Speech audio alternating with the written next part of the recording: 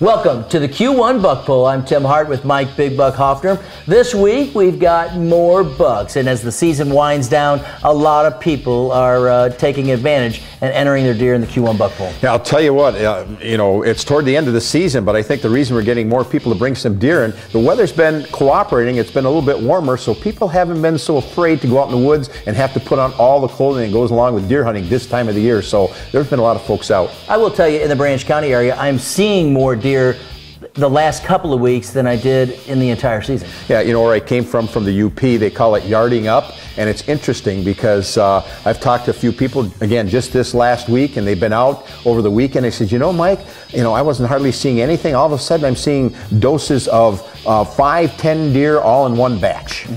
This week, we've got Todd Riley. He's a local person here on the show, and he shot a big buck, and he came to you first, didn't he? Yeah, I'll tell you, all these former students that I've had have done really well, and Todd was a former graduate of ours. He's been out of school for quite a long time, though. But, where he's been hunting, he's been practicing quality deer management, and he called me today. I got a number of texts, and he called me, and he said, hey, can you meet me for lunch? And we went to lunch, and we showed up over at Wendy's, and I'll tell you what, he brought his rack in. Congratulations to Todd. This week with the DNR, we're going to talk to Sue Tabor. She's head of Becoming an Outdoors Woman. So, Bo, you're going to see that out there. A lot of women want to get in the outdoors. They don't necessarily want to hunt, but maybe they want to shoot skeet. Maybe they just want to shoot their handgun or something on that order.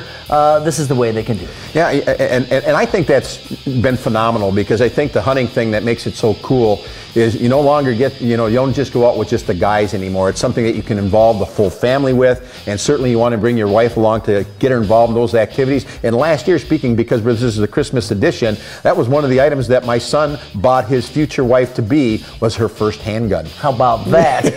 That is cool. Get the women in the outdoors. Sue Tabor will be with us. Also going to talk to Tony LaPratte from Ultimate Land Management and the Whitetail Boot Camp. What he's going to talk about, all right, the season is going to end here shortly. Well, then what do you do? Well, I'll tell you what, you don't take time off and go on vacation. And I know Tony doesn't do that, because he'll tell you if you want to be successful at shooting the caliber and the types of bucks that he shot over his lifetime, it's a year-round activity. You got to plan the strategy from the day the season ends. You're already looking forward to next year. All right, we've got bucks too right here on the Q1 Buck Pull. Again, you've got until December 31st to get your deer entered into the contest. Take it to any registration location across the state. Stay with us. Bucks are coming up right here on the Q1 Buck Pull.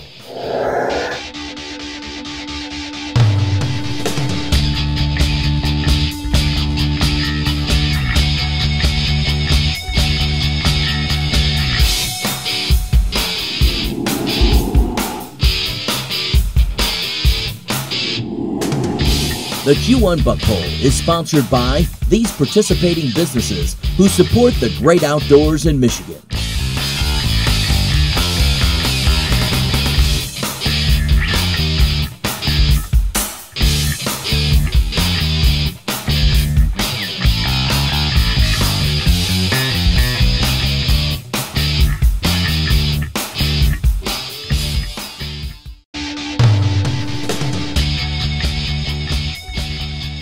It's our Christmas edition from Tony LaPratte's Ultimate Land Management and Whitetail Boot Camp. They've got it all decked out here, Mike, and they're ready for Christmas. We are too, and we've got lots of bucks to feature. Yeah, we have bucks, but I want to congratulate them on the work that they've done. He gave me the grand tour of the whole facility, and I'll tell you what, it's phenomenal, the work that he and his wife both have done on this. They've done it all by themselves. Great place, so stop by and see it. Let's start out with Mike Tawney from Muskegon with a 14-pointer. The score, 50.38.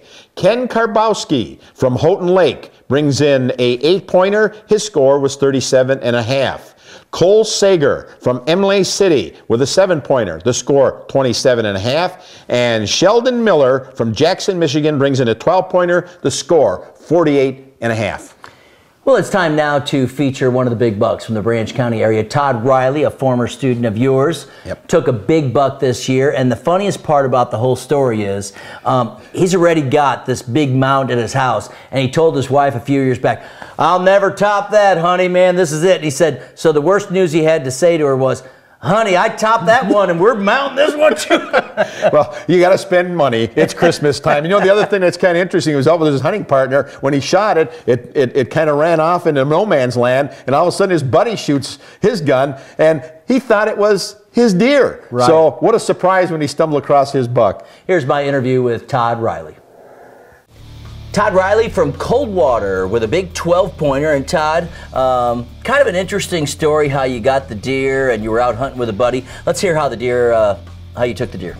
About 9:30 in the morning, I was sitting on a tree stand and I looked up towards where I normally park my truck, and about 20 yards, 30 yards from where my truck is, and this is probably 300, 400 yards away, I seen a doe and a buck come just barreling out of the woods up front, coming right towards me.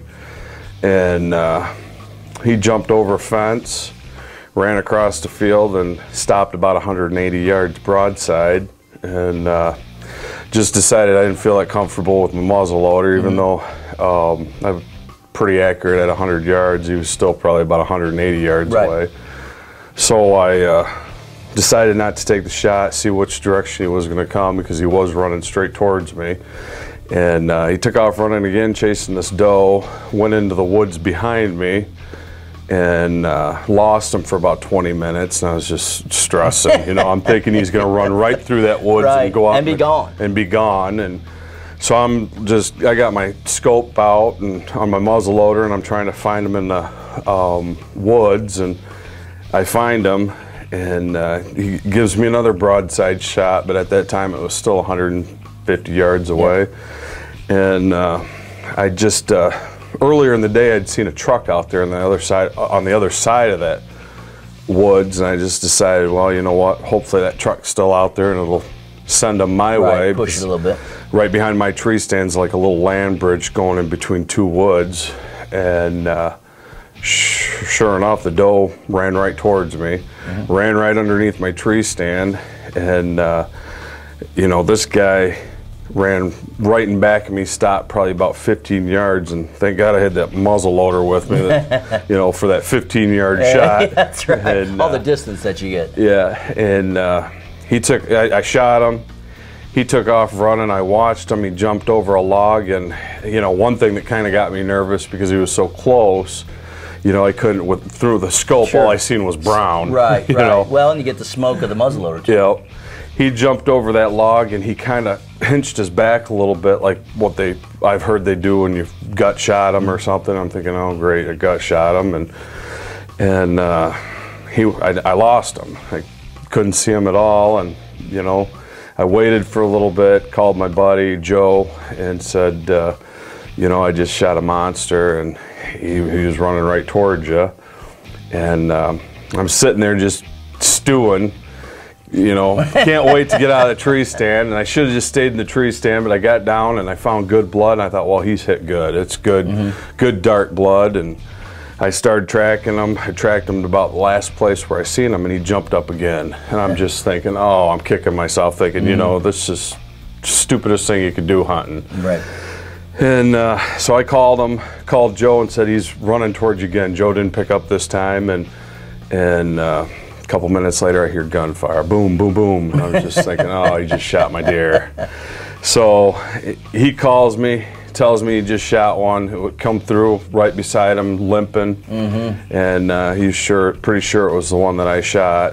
So here I am just fuming, thinking, oh, I just pushed the deer right to Joe, and I go back to my tree stand. I'm thinking in my tree stand, you know, hunter ethics, you down it, you get to keep the deer. And needless to say, Joe's thinking, well, shoot, we've been hunting together for like 15, 16 years, and he's thinking, well, I'm not going to argue with him. If he wants it, he can have it. So we're both kind of like going through this a little. Very, you know, nice hunters. Yeah, exactly.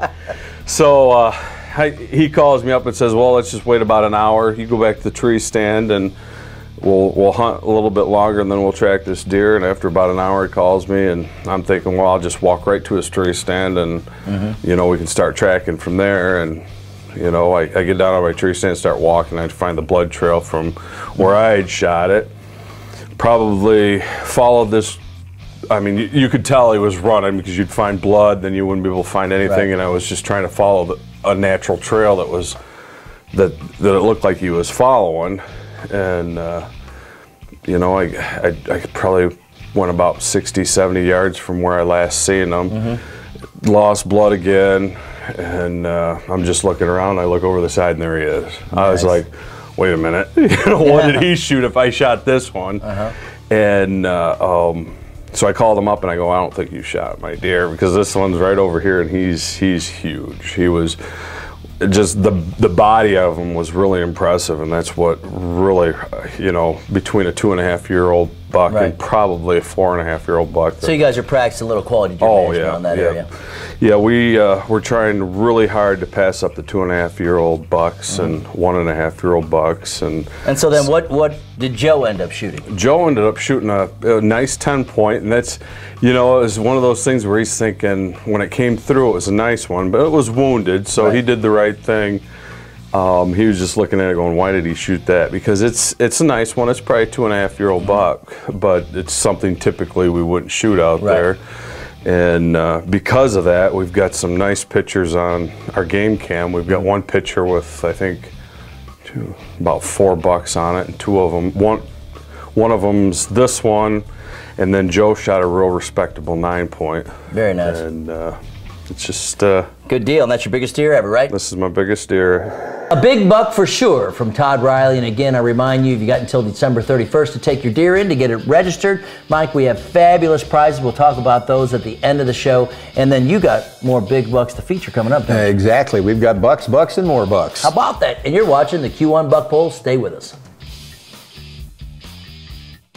We're fortunate to live in the great state of Michigan with millions of acres of recreational land, 11,000 inland lakes, and for a lot of people, it's a dream come true to own their own piece of property. Today I've got Randy Steck with us. He's a Senior Vice President of Sales and Customer Relations at Greenstone Farm Credit Services. Randy, welcome to the show. Thanks, Tim.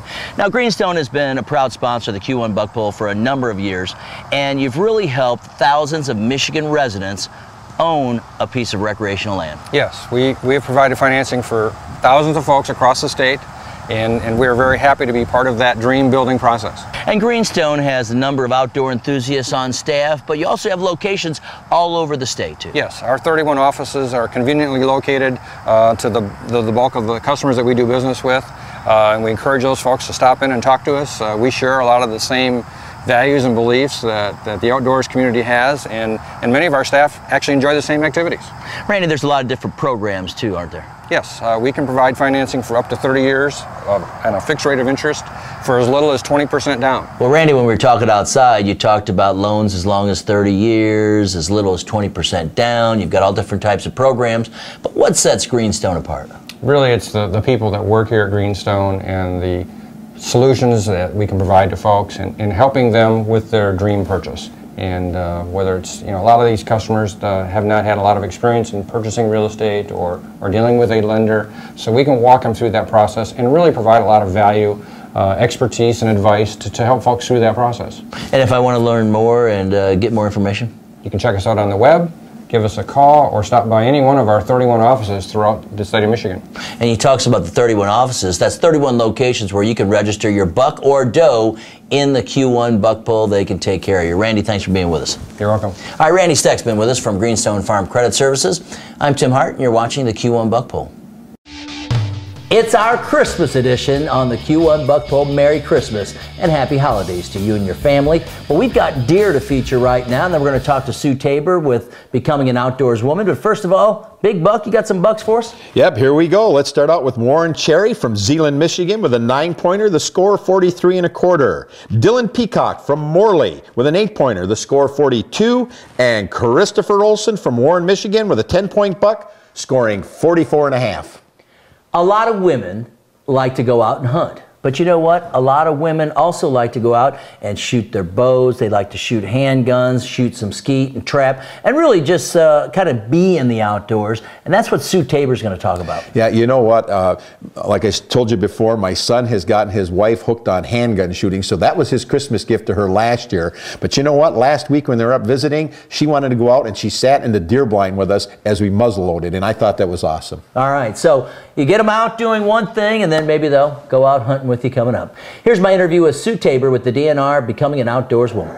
We're now going to talk about BOW, Becoming an Outdoors Woman. We've got Sue Tabor with us, and Sue, welcome to the show. Good morning. Now, you have all kinds of women joining this group. Give me the overall view of BOW.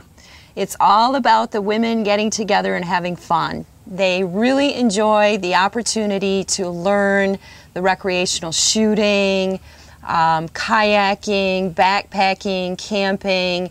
They love getting together and learning these activities with other women. And when you talk about all these activities, you know, there's a lot of people say, well, becoming an outdoors woman, well, that's just hunting. And that's not just the case, is it? That is not the case. We actually offer all kinds of outdoor activities, such as bird watching and kayaking and canoeing and camping. And probably the most popular class right now is fly fishing, archery, and handgun shooting.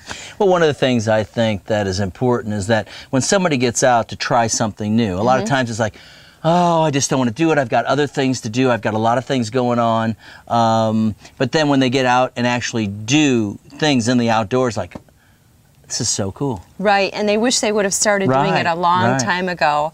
And what I find with the women too is it's such a great confidence booster.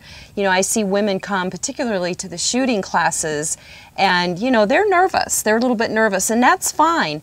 But they take that first shot and you can just see it all over their face. It's just, the fear goes away and it's like, wow, this is fun. I want to do this again. And of course the retailers really love this program because a lot of these women are going to out to purchase either firearms or bows or fly rods, so the retailers are really enjoying the program as well. Now, how does somebody get involved in becoming an outdoors woman, and what age? 18 is usually our age for most of the events, but we do try to offer a lot of events where they're encouraged to bring youngsters as well, especially with the archery and some of those classes. To find out more about the bow program, they just need to go to the webpage, which is www.michigan.gov/BOW. All right. And there's where you can get all your information. Sue, thanks for being with us here today. Thank you. All right, talking about the BOW program, Becoming an Outdoors Woman. I'm Tim Hart, and you're watching the Q1 Buck Poll.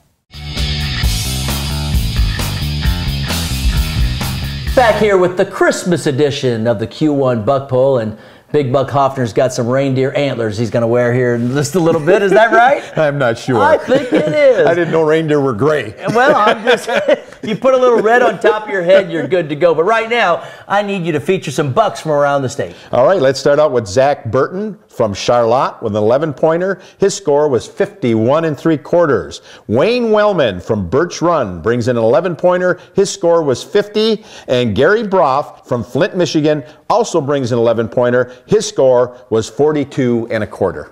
So what are you going to do after the season? I've got Tony LaPratte from Ultimate Land Management and Whitetail Boot Camp. He's going to talk about it. Now talk with Tony LaPratte about what you should do after the season. Is it okay to go in the woods and kind of scout things out? Well, right after the season, you must find where that big buck made it through the hunting season. What you want to do is find out that secret hiding spot. So right after the season, I like to go out and find where that buck hid. Now, when you go out there, a lot of times you'll hear him get out of the swamp or a thicket. You want to make notes. You want to go in and document where he's at, figure out how he's coming and going. At this time, his trails sneaking in and out of his safe area will show up great. In September and August, you're scouting, you can't find these trails. And a lot of times he's not in this bedding area at this time because he only goes there when the pressure's on. So go in there, document it, but do not return. You got a one-shot time to go in there and figure it all out. Now, when it gets springtime and it starts warming up nice, just about when it starts to green up a little bit, go back in, put your stands up, get everything ready for hunting season, and just back off and leave it alone. You'll catch him off guard, and that's how you kill big bucks. Tony, would you put up a trail cam in that area? I would not put a camera in it. These big bucks are smart. A lot of guys have to see a picture. Now let me explain something. Everybody's different, but I'm a guy that used to fox trap. I caught 88 fox the last year I trapped. You know how many fox I seen that year running around that wasn't in a trap? 0. I learned a long time ago you don't need to see the animal, you just need the signs. So what you want to do is I just need to see the big buck rubs, the big tracks, droppings, etc. Now some people need the picture, but don't put a picture in his sanctuary. You put that on the outside edge by a food plot, where maybe he gets a drink, but not inside his core area. It's too sensitive an area. All right, so get out and do some scouting here coming up, but again, make sure you only do it once. Tony, thanks for being with us as always.